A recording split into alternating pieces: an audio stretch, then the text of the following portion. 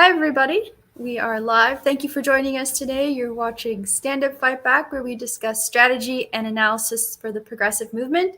Just a quick update, we are going to be switching our show time from 10 a.m. Pacific time, 1 p.m. Eastern time, to 7 p.m. Pacific time, 10 p.m. Eastern time. So you'll be able to catch me in my pajamas every Sunday evening now, because I'm on the East And that's Coast.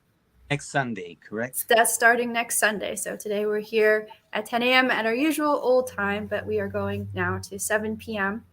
So thank you again for being here. As I said, you're watching Stand Up Fight Back, and I am your co-host. I'm a scientist, engineer, and occasional journalist. My name is Marco Pies. And just, on the side down below here, that's Carlos Marroquin, our other co-host on the show. He's an amazing, wonderful human being, an absolutely phenomenal grassroots organizer, and he's here with us. And we have two special guests. We have Betty Dumas and we have Michelle Verne, and we're going to be talking about various topics touching on both national issues and California local issues. So, Carlos, why don't you take it away, give a little bit more of an in-depth introduction, and move us on to the topics. Well, good morning, everybody, wherever you may be watching us from. I am here in Hollywood, in Southern California. It is a lovely day outside. It is sunny. It's gonna be hot. Super Bowl Sunday we're gonna be talking about that. But we have wonderful guests with us. We have, of course, Michelle Verne. She's the president of Field Burn Democratic Club in San Fernando. And we have our good friend Betty Toto Dumas. She's nicer, and she's also with Field Burn Democratic Club in San Fernando. But so happy to have them with us. They're going to be jumping to the conversation. We have a few things we want to talk to you about today. But welcome to Michelle and Betty. Hey, go Rams! Hey. Yeah. Go Rams! Yes. Thanks for having me. Yeah, thanks So for I'm having us. guessing you're supporting the Los Angeles Rams in the Super Bowl, huh? Oh yeah, of course.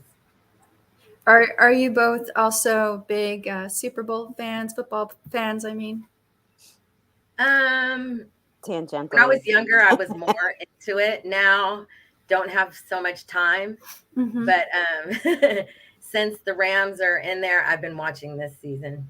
So Nice. My husband is interested, so I have a modicum of interest, but really no. Great. Okay. Well, since we're on the subject of the Super Bowl, Carlos, seems to me that Los Angeles has made some interesting decisions, although not new decisions around treating the homeless or the unhoused community. Are we starting with this topic, or do we want to wait? Well, since we at it, we might as well discuss it because it's a hot topic. It is Super Bowl Sunday, and we are in Los Angeles, the capital, the homeless capital of the world, of the United States. So many people here, 40,000 plus unhoused people living in the streets, in tents, in their cars, and God only knows what the real count is. But it's horrendous here in Los Angeles. And what is interesting is that, again, anytime there's a major event where there is a lot of money to be made, they're going to come in, they're going to clean up the streets, they're going to remove encampments, they're going to put them somewhere else. Yes, they're telling us they put them in shelters, but we know that those are temporary um, solutions. They're not long-term solutions. They're temporary. They're band-aids. And this is what they have done here now for the road for the excuse me, Super Bowl. Super Bowl. Super Bowl. I'm thinking of the Rose Bowl for Yeah. the Super Bowl. This is what they have done. They have mobilized a lot of resources to clean up the street to make it look everything is beautiful. Of course, we have mega uh, millionaires coming in, people with a lot of money. The tickets today, if you want to go watch the game, Minimum right now is $10,000. That's for the bleachers, so to speak. Mhm. Mhm. $1,000. It goes Mhm. all the way out to 85, $100,000 for a ticket. That tells you a lot. But our concern, the reason why we wanted to bring this up is because there has been so much injustice done in the city of Inglewood, where the stadium is, and the surrounding communities, because they have been neglected for a long, long time. And yes, a new stadium is going to bring revenue. Yes, there's going to be positive things, but we got to look at the people that are suffering right now the most, and that is the unhoused community. We have deep concerns here on this show, and the progressive community. We have deep concerns that this is again more of the same, where they spend thousands and thousands of dollars, sometimes millions of dollars, and pretty much goes to waste because a couple of weeks from now, all those people that put on shelters, they be back on the streets, and that's the case that has been going on for years already. Here's the reason we really wanted to bring this to the conversation today. Here in Los Angeles, we have a mayor race coming up. There's elections for mayor. And right now, there's a handful of candidates. Amongst the top candidates, Karen Bass, Kevin De Leon, and we have a couple others, and that are not having that great of attraction, except for Republican. I say Republican Vizcaíno, Councilman Vizcaíno. So the reason why we wanted to bring this, and I'm gonna let I'm gonna let the others jump in, is that right now, if we hear all the messaging that is coming out from all the candidates, they're all talking points, the usual talking points. I have deep concerns for that. Me personally, I have deep concerns for that because although I may like a candidate or another, you know, what I'm hearing are not solutions. We're hearing some of the same talking points that they've given us for years, and that is including Congresswoman Karen Bass. Mhm. We really don't have, a plan that we can say, wow, they have really, they really, that's someone I can really get behind. They have good ideas. I don't hear anything. And I know I'm stepping a lot of toes right now. And some people may be getting upset because I mentioned Karen Bass because according to the polls, she's leading the way. And a lot of people are excited about her. But my thing is, what has she actually done all these years for the housing crisis as a congresswoman? We need to think about that because the polls, according to the polls right now, 94% of Angelinos think that the number one issue that they want to see for this mayor election is homelessness. And again, there is no solutions on the table. I don't see any. I'm gonna let you guys take it away because I could go on with this forever because this is a very sensitive topic for us, especially with so many people are hurting out there. Anybody want to give it a crack? Yeah, I will. Well, let's talk about the Super Bowl and the housing situation and them sweeping the unhoused. And we know what happens in these sweeps, regardless of what they say. They take away these people's possessions. They throw away these people's possessions, whatever little that they have. That's what happens in these sweeps. Whether they are housed if they're able to offer up a housing solution in a shelter, which I don't see as a solution, um, or not. That's what they do. So they cause a lot of distress in the unhoused community, and that's sad to say that it's unhoused community, but it's still a community of people that are living in our streets, no matter how they got there. These are human beings that are being disrespected and relocated. And we are now seeing just a little tidbit of what the Olympics could possibly do in our area. Okay, there is a whole movement of no Olympics because the same thing, there's no solutions, Carlos, from our electeds or the people that are running for office as to what they're going to do and to help our unhoused community members. Um, uh, like you said, we, millions and millions of dollars for that revenue that they are bringing in, that we have helped subsidize this stadium.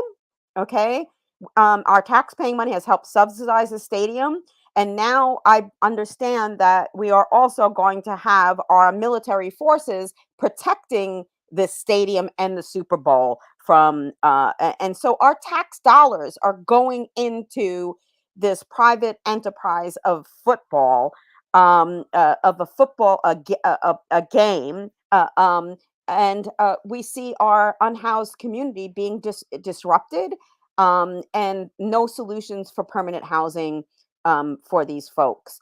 And I'm of the ilk where you meet people where they are. Some people say, oh, well, these people are, they take drugs, they're on drugs, Well, so what? Get them housing first, give them stability, and then help them. So I know a lot of people that are football fans. They want to watch the game. My husband himself, but I'm really kind of I get appalled at the whole situation. So Um, there's just so much to say about it, and it's such a sensitive topic. What I've seen in the past, it's only getting worse, and what they continue to do is keep throwing money at it and putting bandages on it and act like they're doing something. And the majority of people think that that's the way to handle it, right? But it's not. And there's so many things behind it, like the fact that we don't have healthcare for all is going to make it really hard to get to not having homelessness. Um, right now in my area, I live in a very established area in Woodland Hills in the San Fernando Valley, and I'm just very lucky to live here because I could be homeless too, and I do think about that a lot. A lot of us are one check away from homelessness also. And although I live in this area, I'm starting to see um, tents right out on the streets, right out on the boulevards in my area right now. It's getting worse, and these bandages of money are not going to cure the problem. And when they take away the possessions, they're taking away their livelihood, because not only are they taking their actual material possessions, but they're taking away like their paperwork and everything. So they become like they have no identity, and it's hard for them to get housing or anything without this paperwork. So it's such like a horrible thing, and it makes you just really um, want to go out and fight. And I think that again, it's going to take the people to get out there and fight, not a mayor, not any legislation or anything. We've got to stand up for these people and fight for these people. That is the only way that we're going to fix this problem. And fight for everything that surrounds it, like healthcare for all. These people, yeah, they might be addicts, but they need, treatment. They might be mentally ill, but they need treatment, you know? And then some of them are out there because they can't afford treatment. So, you know what I mean? It's a horrible situation. And if you go to other countries, you don't see this at all. I mean, you go to Italy and there isn't homeless people, any homeless encampments. It's so heart-wrenching. Right. Yeah. I think there's two things here. One, this is not new. The treatment of the unhoused in California, where they sweep out the unhoused community, that's something that Los Angeles has been doing since I was a teenager, because I remember when the DNC had their convention in Los Angeles and they did the exact same thing. And then, downtown LA was nothing like it is now. Like, the unhoused really were much more incorporated into the downtown area, and they were completely pushed out, and it didn't really matter where they went. It's just you had to get out of the way and make Los Angeles look squeaky clean for all the delegates who were going to be in the city. And again, every time there's some big international event or national event that happens in Los Angeles, the city reopens the same playbook and says, bye bye, good luck. We don't care where you go, just get the hell out of here, right? So this is something that continues to happen without repercussion for the city. Second point is that you're talking about like other countries, they don't do this. They don't have homeless people or people sleeping on the street. Well, they have a social democracy, we don't. And that's a major difference here, where we basically have we have very, very extreme capitalism in the United States compared to other Western countries, other rich nations, where they have healthcare and they have practically free university. We don't have that because we're not a social democracy. We're very much a capitalist run democracy, or not really much of a democracy in that sense, but we know who is sort of in charge. So I think these are like this has happened multiple times, not new, but also this is also a symptom of the kind of society that we have been forced to live in. And welcome back, Carlos. We lost you there for a moment. But yes, I mean, what really concerns me, as I was saying, is that the candidates that had are voicing their opinion are not bringing real solutions. That's troublesome, because we need we need this issue to be taken with the utmost seriousness. One of the candidates is pushing for tiny homes. Those are tiny solutions for huge problems. Can I, this is, it is, in my opinion, an attitude and a reflection of just doing the same thing over and over again the same way and expecting differences. I'll explain a little bit about what's happened to me in the last couple of weeks. I'm of limited means. I was able to go through a program that would be able to, like a first time home buyers program that was given by the city, by the state, and I qualified for certain loans. Okay.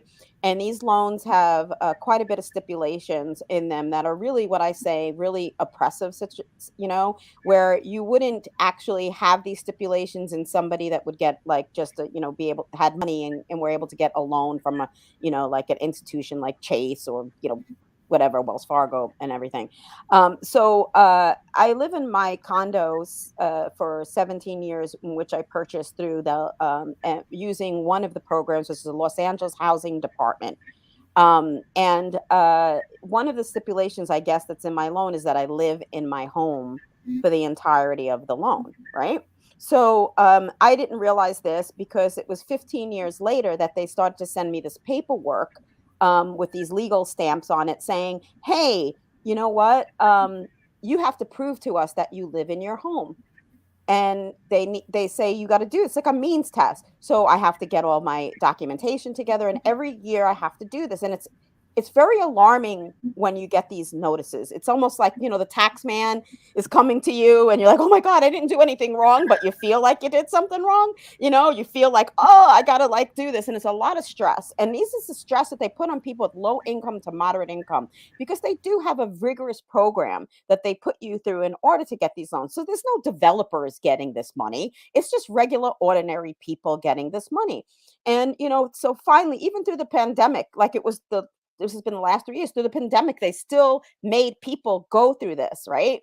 Through this motions. And I was like thinking about, so I finally got really upset because this year, the piece of paper that I received in the mail had Mayor Garcetti's seal right on the top and had Mayor Garcetti's name on the top. So basically, he's means testing me, somebody that was able of low income to get this loan. So I said, do you guys look out the door? Mayor Garcetti, look out the door. Does he want additional people to be on the streets? He has a huge, huge homeless issue right now. Okay. And so he's going to means test me, somebody that went through this rigorous program to get this loan, that is trying and struggling to stay in their home. Why are they doing that? Maybe you should take another look at this, okay? Because this is what's happening. These are like attitudes. Oh, well, we need to keep on pressuring the people that are living paycheck to paycheck and really making ends meet, stay, that are trying to stay in their homes. I told the guy, I'm trapped. I'm basically trapped here paying this loan off. I go, what about people who did leave their home during the pandemic? Maybe they needed to move somewhere else because it was less money. Maybe they need to move to relatives or another area. But what the home is doing for them is they're able to rent it out and make some additional income for themselves. Why are you begrudging that to them? They're not living in their home, but that home is helping them. What if actually they did what home ownership was able to do? What is home ownership able to do for the low to middle class people? Has been able to give them some wealth to build, right? So what if they did move to another home and they're using the home that they got originally with the loans as helping them, helping them along in this? Why not? Why are you begrudging them? Why do you keep on making them, like these stipulations? And for me in particular, I was like, I've been living in my home for 17 years, 15 years later, you're making me and having the mayor's seal on top of it. Isn't the mayor saying, isn't the mayor saying, why are we means testing these people? Exactly. And that's the thing, is that housing is horrendous here in Southern California. And you would think that by now they understood that all these developments that continue to go up are causing more people to fall into homelessness. They are Well, this not. is the thing, is they're means testing me and other people like me, but they don't say, well, if you're going to put up a development here in LA, that you have to have 95% at least, or 98% occupancy. They're selling these developments for investors. There's nobody living in a lot of the occupancy is very low on these high priced developments that they're putting up. So you're telling me I have to live in my home no matter what, as a person who doesn't have money, of limited means. But these developers, you're not saying, well, if you come into our city and you want our tax base, well, you know what, you have to have 98 to 95 to 100% occupancy. You can't just sell these units for investment, which bloats the price of our rentals and bloats the price of our housing here, and people cannot sustain their life here in LA, and they Yeah. become homeless. Yeah, so I would say that I would point out that in the 19th century, or like around the Industrial Revolution, that workers were forced to work in slums, right? And they were forced to work in these tenements and share these tiny spaces with each other, rat infested, disease infested situations. And they were treated like subhuman so long as they showed up and did the work, right? And this led to a number of revolutions, or attempts at revolutions, and changes in laws and things like that. And I think the reality is that this is an inherent aspect of capitalism, and that capitalism doesn't care. And our laws are created from that perspective. And so while we, as a particular class of people in a capitalist society, are saying, why are you doing this, Garcetti? This, why are you forcing these people into precarious situations where they are once check away from living on the streets? I mean, the reality is because it serves the capitalists, and we live in a finance capitalist system where, as you mentioned, that we have investors who are scooping up homes and doing these developments, and everything is moving toward rent and not home ownership. And that is because it serves finance capitalism. And that is the situation that we have. This is the core problem that we face, as the working class faces, is that we're stuck right now in a system that is designed to do this. And that is really the core struggle that we are facing, is that we really ultimately have to see an end to capitalism, and we have to figure out how to get to that end, not just because it's going to put people back into slums, but because it's also destroying the planet with climate change. So there's all of this is tied to the fact that we live in this very destructive anti-human system. So that's what I think anyway. Yeah. That's my broad analysis. Well, Well, and it's correct analysis. That's exactly what's happening. You Michelle, know, I totally agree. That is exactly what is happening. Oh, it's so frustrating. and I was Um, tell to you because you guys more children, and well, not how, really. I have two adults and a 14-year-old. And I'll tell you one thing. When I was 19, I was out of the house. My son is about to become 24, and I don't even see that happening anytime soon. You know, he's in college right now. There's no way you could be in college and not either get a scholarship or live with your parents and go through college that way. Right. And there's another thing is there's several parents that are taking out loans because they can't even afford to put their kid through college. So they're taking out all these loans, for their kids to get through college. That is another detriment to their income. You know what I mean? So here we go, digging the middle class into another hole. And it's like every single system is based off of feeding capitalism, every single one. And how do we get through that? Is by ending it. Just like Margot said, there is really no other way. But every single system is based off of feeding the wealthy, which is just, and also these systems in the way that they're created are dividing all of us. So, which is another thing that's just absolutely horrible. We well, have people saying, again, "Oh, I don't want these homeless people here. They're just get them out of here." You know, that in all actuality on other subjects, they think like I do, which is very odd. Like I see people that would normally think like me wanting to kick these people, off the streets and wanting the police to come out and round them up and kick them off the street. So things are becoming more divided, and that's also something that's very scary in this capitalist system. well, what's Yeah, happening very much. Go that ahead, Carlos. empathy is wearing out because this issue has dragged for a long time already. And right now, people are pretty much, you know what? I just don't want to see the unhoused community. I don't want to see homeless people living in this, around my neighborhood, because it's a constant reminder of our failure. So people's empathy is wearing out very thin, whereas people that used to stay quiet are not saying, you know what, maybe we do need to do something about this. We do need to pass on laws that will criminalize homelessness, and that is very dangerous. You are correct. That is very, very dangerous, because this is the kind of society that we are creating.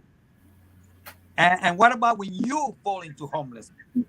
You're going to be rejected, just as the unhoused community is being rejected right now. You're going to be looked down at, just like they are being looked down at. Yeah. We cannot continue to criminalize the unhoused community. It's not their fault. It's the system that was created. It's the politicians that allowed this to happen. So when Councilman Vizcaino, who's running for mayor, wants to continue to criminalize. He wants to come with a fist. He's another Trump. Him and Sheriff Villanueva. All they want to do is criminalize the unhoused community. I'm telling you, that's going backwards. We don't need that. We need solutions. And both of these candidates, Villanueva and also Vizcaino, have no solution. They come in with a fist. They want to push the military police against the unhoused community so they can, claim the area, and all of a sudden they look good. But guess what? They still haven't solved the problem. Now they push them to somewhere, another block, somewhere else. These people have no solutions. They make it appear as if they care, as if they actually doing something. Where were they 2 years ago, 3 years ago, before they announced they were running for mayor or being reelected as sheriff? Why didn't you do your job then? And I'm talking to Vizcaino right now. All of a sudden, he cares about the unhoused community. It's offending. And for people to actually fall for that. I'm sorry, you guys. And unfortunately, so No, it It's is. okay, Carlos. yes, it's passionate. It's a very Yeah, we're enraging also. Oh, thing. go ahead. Sorry. Yeah. No, Go ahead. sorry, good. Oh, well, I was just going to make a note that we are heading into the bottom of the hour, so we may want to try to touch on a few other topics that we had set out to touch on. Even though this is, but totally optional. I mean, this is obviously a very important discussion to have. So, right. Well, we wanted to talk a little bit about the situation in Canada at the border with the United States. You remember there was a protest. I'm not calling it protest. That some truckers decided to go there and block the streets. Well, lo and behold, who was behind all this? Yes, the Republican Party. There was a report that came out that most of the money that was sent to the truckers for the movement, the so-called movement, came from outside Canada. So they cannot tell us that this was a grassroots movement. It wasn't. You heard all the political talk behind it from the Republican Party. Oh, you need to release the money. These are good people. Blah, blah, blah, blah, blah, blah. Same old thing. It was the Republican Party behind this. But guess what? It's done. They closed it. The judge ordered for them to be moved. I could understand if they were protesting for something that was serious. But, these are the same anti-vaxxers, the same conservative people that are rejecting, the what we need to do as a health crisis. These are people that just looking out for their best interest, and that's it. No one else's. And it's unfortunate that a lot of good people are used by the political parties, and they fall into these traps, and they hear all these, lies about, the vaccine or the pandemic or whatever, but it's done. They moved them, and as my understanding as of today, they are no longer blocking the road out there. Anything else, Margaret, on that, or any of you? well, I'll let our guests go first. Well, the thing is it was all very confusing because, when they were doing some interviews, and I was listening to some interviews of just ordinary people in Canada, and they said there were like 90% of Canadians are vaccinated. So I was like, if 90% of it, then why are they having an issue going across the border? There is no issue. This issue was made up. Right. Okay. This was made up and it was stirred up, maybe with some few people that weren't vaccinated in Canada and anti-vaxxers. This is a made-up situation. This was not a real crisis. It was made into a crisis, and this has harmed.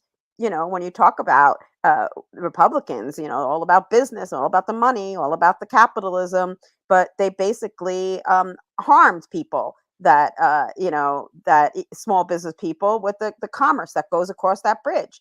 So it's just it's incredible that this division in any way they are trying to cultivate and stoke.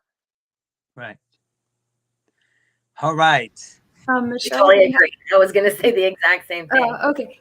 So I have one additional comment, and I'm going to be modestly controversial here, but I like to always contextualize things and try to have a broader understanding of these events that are happening. And personally, I have relatives who I identify as white working class who were Trump supporters, who are anti-vaccine, who thought the pandemic was a fake, and who have suffered because of their choices as well. But I think that there's a cross section of the working class that has fallen into this particular trap of thinking that the vaccines have like some microchip in them or something, or that there's some much more nefarious thing going on there.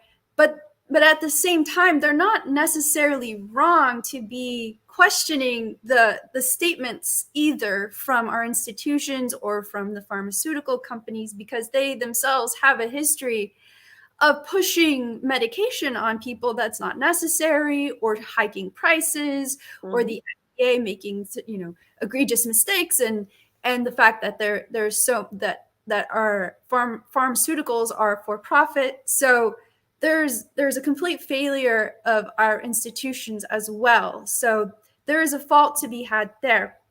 And then there's another thing that I think that we are missing, and this was something that Professor Richard Wolff pointed out, and this was in October, and it was a lot of people were very upset with him for what he said, but I'm going to read it because I think when I saw what he said, I thought it was an important analysis then. And then now with the truckers protests and the fact that they've sparked protests around the world as well, I think that this is a really important and painful narrative that we have to understand as people, as progressives or people on the left. So I'm gonna read his tweet. So the first thing he said, this was on October 29th, so right before Halloween.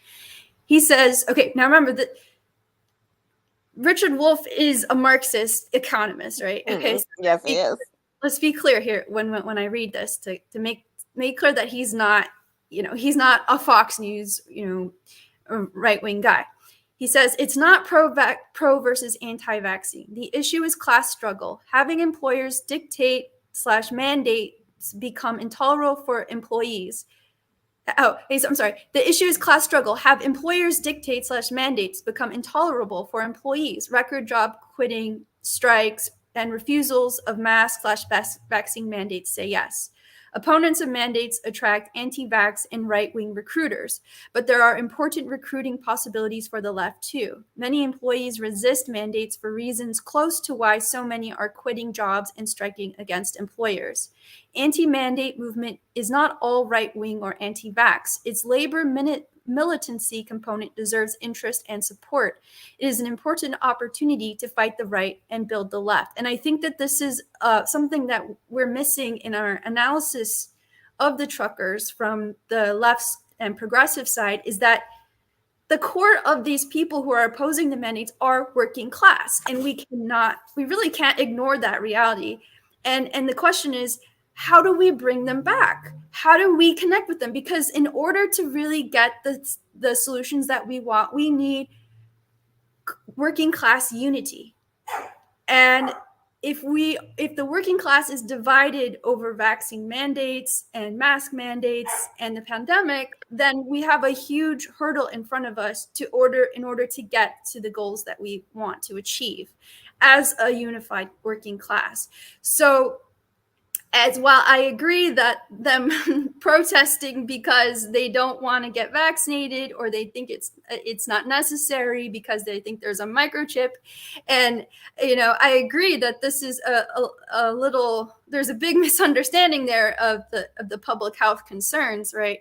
But at the same time, I can't ignore the fact that they actually tried to do an actual strike to shut down the supply chain. And that is true labor militancy that we have never seen before.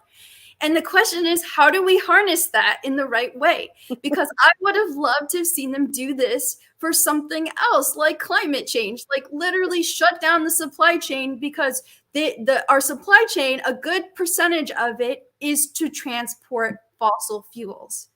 So what are we missing here? Why are we not able to capture that for the broader goals of the progressive movement, for the things that we see as life-threatening, as existential threats, right?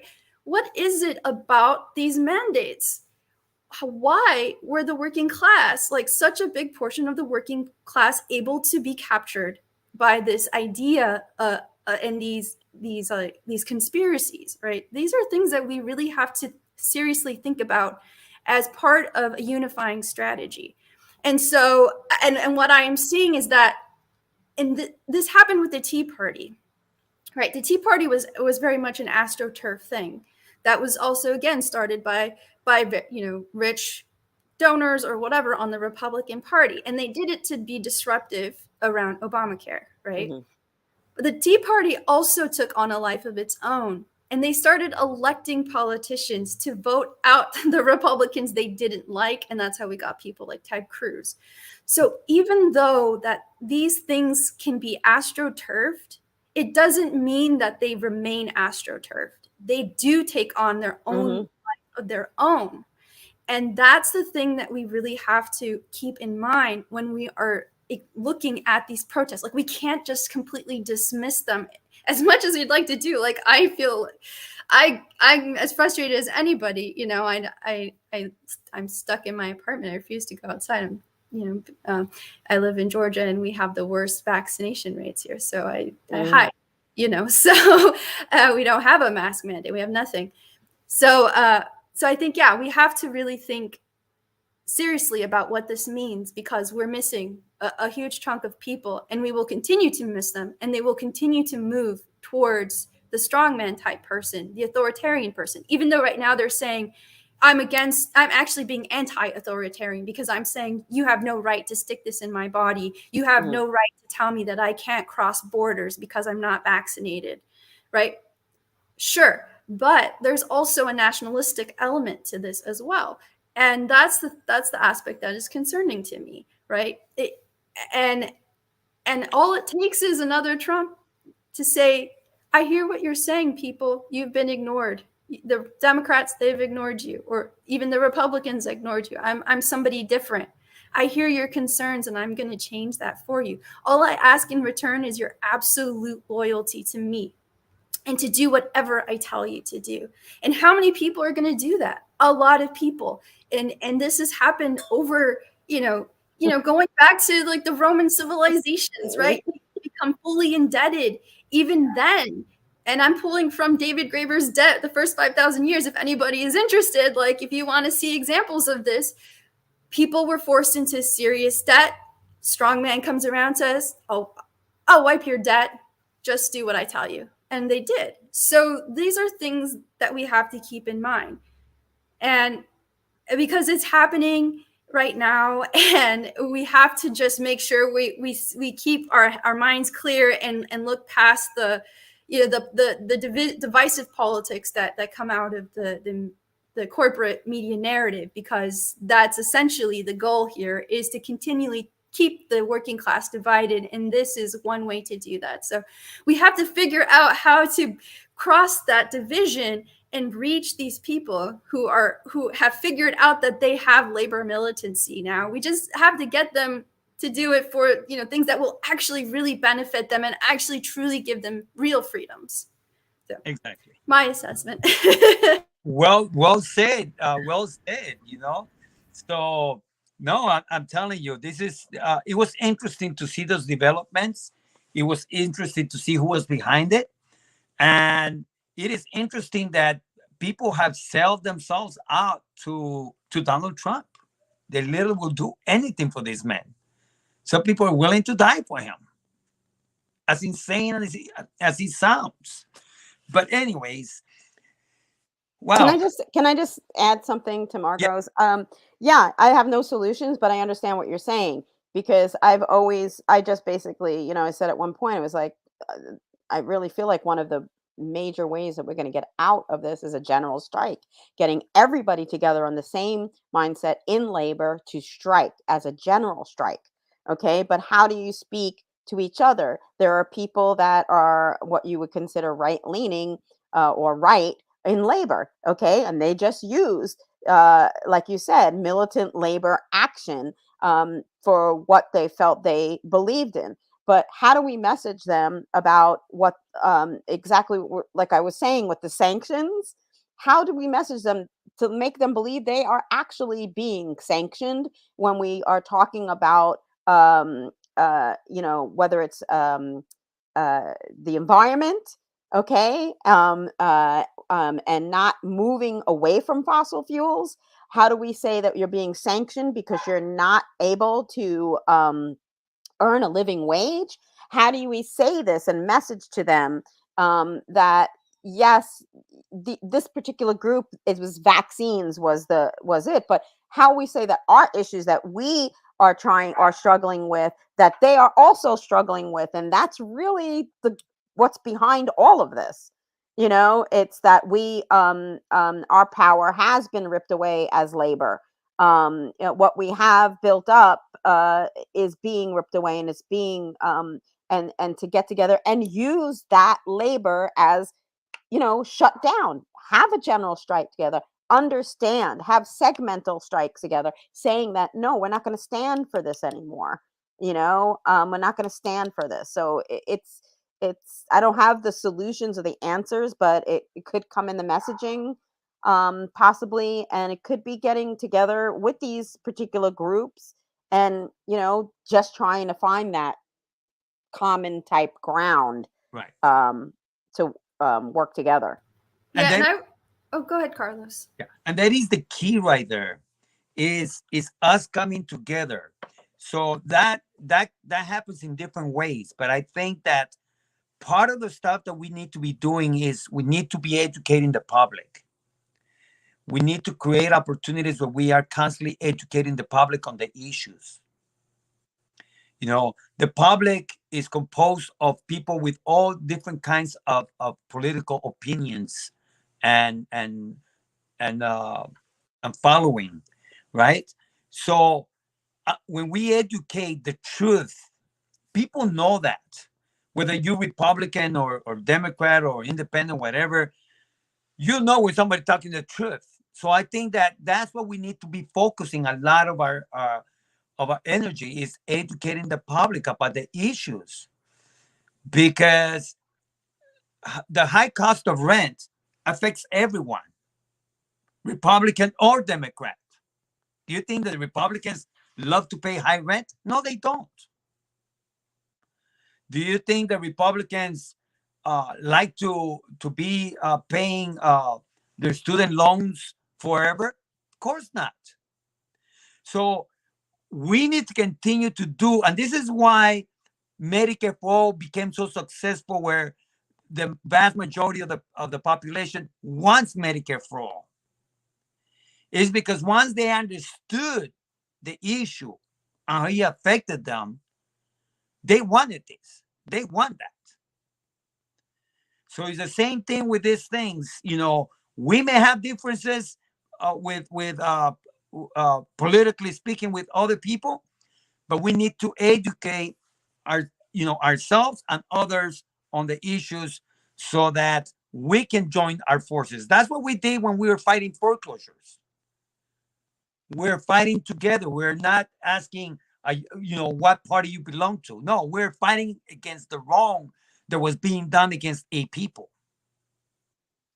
So I'm encouraging the fact that I'm seeing participation, which has got to be a little bit more strategic, forceful in a way, public. We have to be out there, getting involved with the community. If you never volunteer at a food bank, go to the food bank. You'll meet so many people in there from all kinds of backgrounds. And that's how we start winning people to our side. And there is someone that will be coming this weekend. I mean, this week, actually, that we wanted to talk to our audience about. Someone very, very special.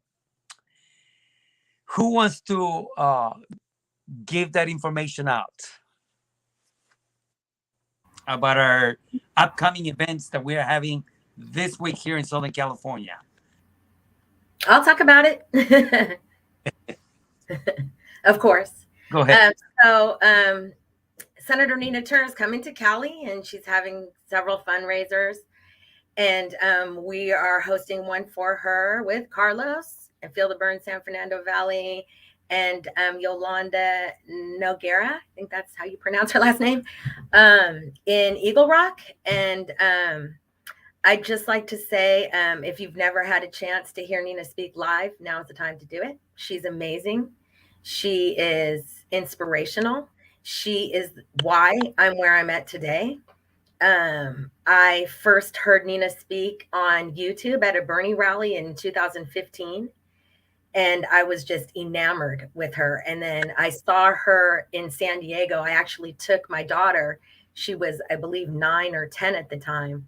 And I took her and my other son to San Diego to see her speak live. And the speech changed my entire life. It made me just completely get into activism and want to change the world. I mean, it was her speech that took me there.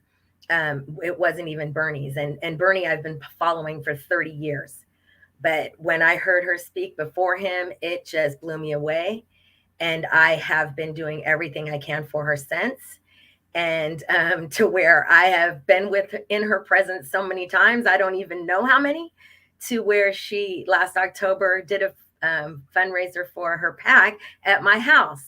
And now we're here doing a fundraiser for her to be in Congress, which she really, really needs to be. We need to get her there. I firmly believe she can lead us. She is our leader. And yeah, so I'm so excited to be hosting this fundraiser with so many of my great activism friends that I love so very much. And yeah, and I can't wait. There is several other fundraisers throughout Cali. There's one in OC and one in Pacific Palisades. The one in OC is on Wednesday. The one in Pacific Palisades is on Thursday after ours, if you can't make it to Eagle Rock. But yeah, come out, meet her, take a selfie with her, hear her speak. At our event, we're going to have a performance by rapper activist Tony Tig, who's been performing at several actions since 2015 for Bernie. He's performed at Bernie rallies, and he's performed with Nina before. So yeah. And then my husband's DJ Bam. He's an awesome DJ. So yeah. Amazing. Yeah. We also have, I think I have the video queued up now. Oh, cool. From Nina Turner's campaign website.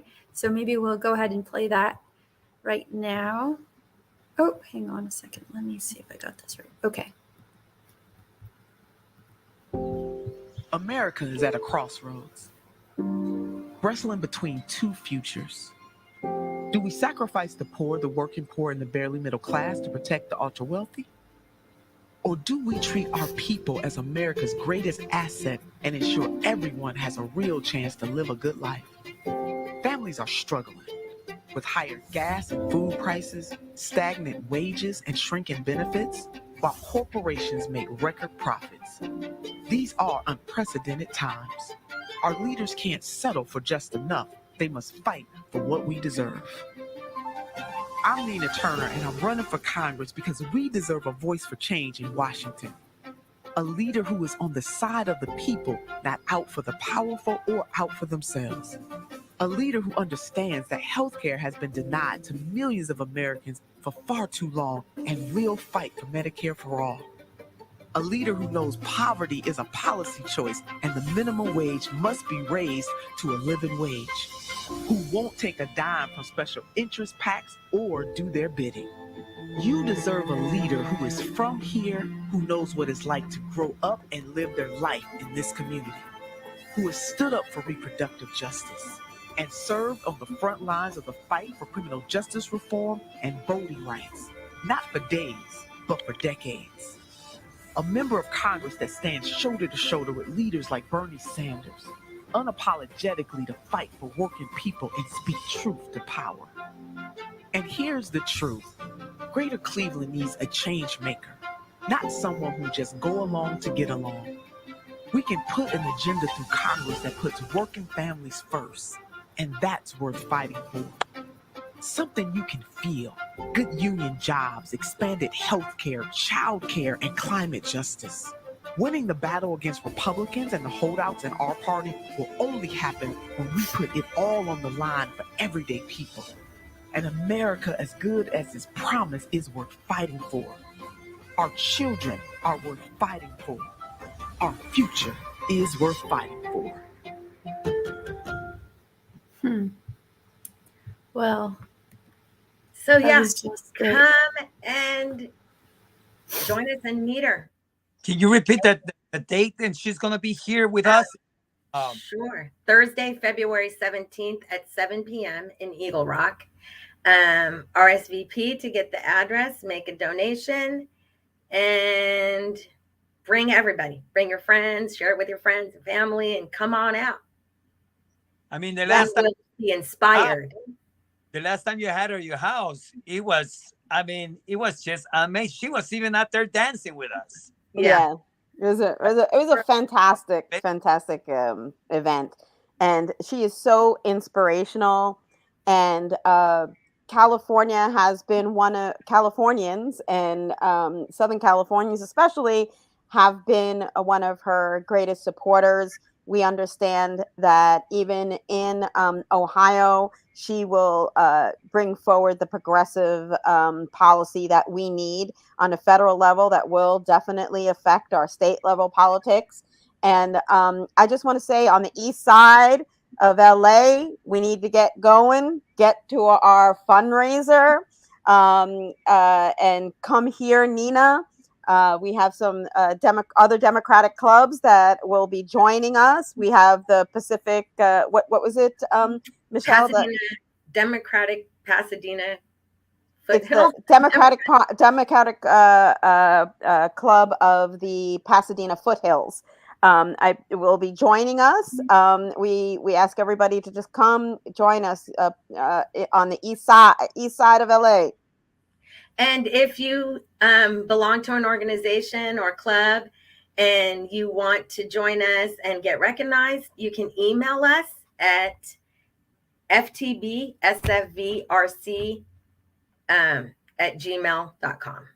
That's ftbsfvrc at gmail.com. And let us know you're coming, and we'll get Nina to give you a shout out at the event. Great. I think that's it. I don't know what else to say except just come. We're so excited. Looking forward Oh, for we're going to have drinks and after dinner dessert also. Sounds great. Wish you could be here, Margo. Yeah, I missed the last one too because I had to fly back to Atlanta a day before all the two events that Nina Turner had in Los Angeles, and again, I'm gonna miss another Nina Turner event. But I'm hoping, one day. We're gonna stream it live on our page on Facebook. It's at Feel the Burn SFV. So Margo, if you're awake at 10 o'clock, come watch it live on our page. And please make a donation to Nina Turner's campaign. We drop links in the chat. If you can't come, please do make the donation and watch us on our live streaming on Feel the Burn San Fernando Valley Dem Club's Facebook page. Great. Well, Margaret, I think this is it for the show today. We said our piece. We talked about the issues that really are concerning us right now, and I'm really looking forward in seeing Nina this coming 17th. She's so amazing. If you have not been able to meet her in person, that woman is nothing but fire. It's amazing. She connects with people. I think it's important for us to show our appreciation for her hard work that she's been doing. Now, I know that there are other candidates that are running locally, and we do encourage for you to donate to them as well. Please continue to support your local candidates. It is very important. We have people running for all kinds of local seats right now. We have some running in the Valley, here in LA, just all over the place. So we are hoping to be able to invite some of the candidates to this show so that you can start meeting them and introducing them to you. And hopefully we can participate and get involved. I know that you guys were with Pilar yesterday, right? Yes. You guys went door knocking for Pilar. Pilar has a good chance of winning. She can win, and she's a progressive, and she's another amazing leader that we have. We need to support these leaders. We have Angelica Dueñas. We have oh my Shervin goodness, Nizami. this is long right now. Yeah, Feel the Burn. San Fernando Valley does endorse candidates. Right now, we have a seal of approval going on until the filing deadline ends, and then we are going to endorse the candidates that we have that aren't running against someone else. So in other words, if there's a seal of approval for the same seat, then we vote for which one gets the endorsement. So right now, yes, and Angelica Duenas, Shervin Azami, Faisal Gill. Let me know who else I'm missing, Betty. Pilar, of course. And Ruth Angelica and Ruth Levenos. These are all people that have our seal of approval right now. And it's very important. Yes, these are all progressive candidates. And it's very important that we try to get them in and do get them in. And we have Adriana Cabrera, Kenneth Mejia. Kenneth Mejia is one of, yep. Have Daniel Lee. Daniel Lee, yes. Yes, I mean, a lot of good candidates out there this time around. So hopefully you can, dedicate some of your time in helping them. They need you. They need people that will help, send text messages or make phone calls or go canvassing, or or just sharing stuff on online. But please, whatever you do something, get involved. Yes, and if you're in LA or San Fernando Valley, join our club, feeltheburnSFV.org. All right, we're an action-based club, and we're always doing stuff, as you can see. Yeah. All right. Yeah, sounds awesome. Really excited for this Nina Turner event. And unfortunately, we have run out of time. We've been at this for an hour, but it went by very quickly. So much to discuss, and we didn't hit all of the topics that we had hoped to hit today. But the ones that we did were really important. So I'm glad that we spent the time that we did on each of these. So thank you, everyone. Thank you to all of our viewers who were with us this morning or afternoon, early afternoon, depending on where you're at in the world. And just a reminder that starting next Sunday, Stand Up Fight Back will be airing at 7 p.m. Pacific time, 10 p.m. Eastern time. And that will be our new time. We're testing this out. We'll see how it goes, doing an evening show for the next several Sundays. But just a reminder, in case you wake up and you go on Facebook at 10 a.m. You don't see us, don't worry. Just wait until 7 p.m. Get your dinner and have a seat, browse the internet. And then when 7 p.m. comes on, just make sure you watch us. So as always, we simulcast on Facebook and YouTube. You can find us on YouTube at Insight Out News. That's INSIGHT Out News. We're on a couple of Facebook pages.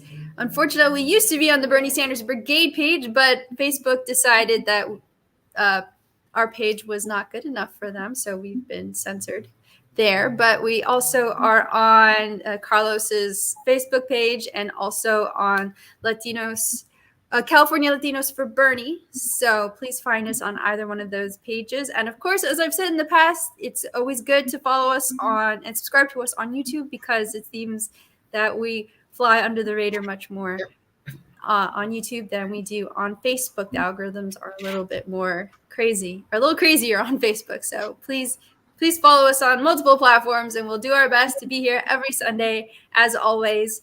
And just have a really great week. Make sure to wear your mask, get vaccinated, as I say always. Let's get through this pandemic. One day it'll be over. Thank you, everyone, for watching, and we'll see you next Sunday. Take care. Bye-bye. Bye. Bye.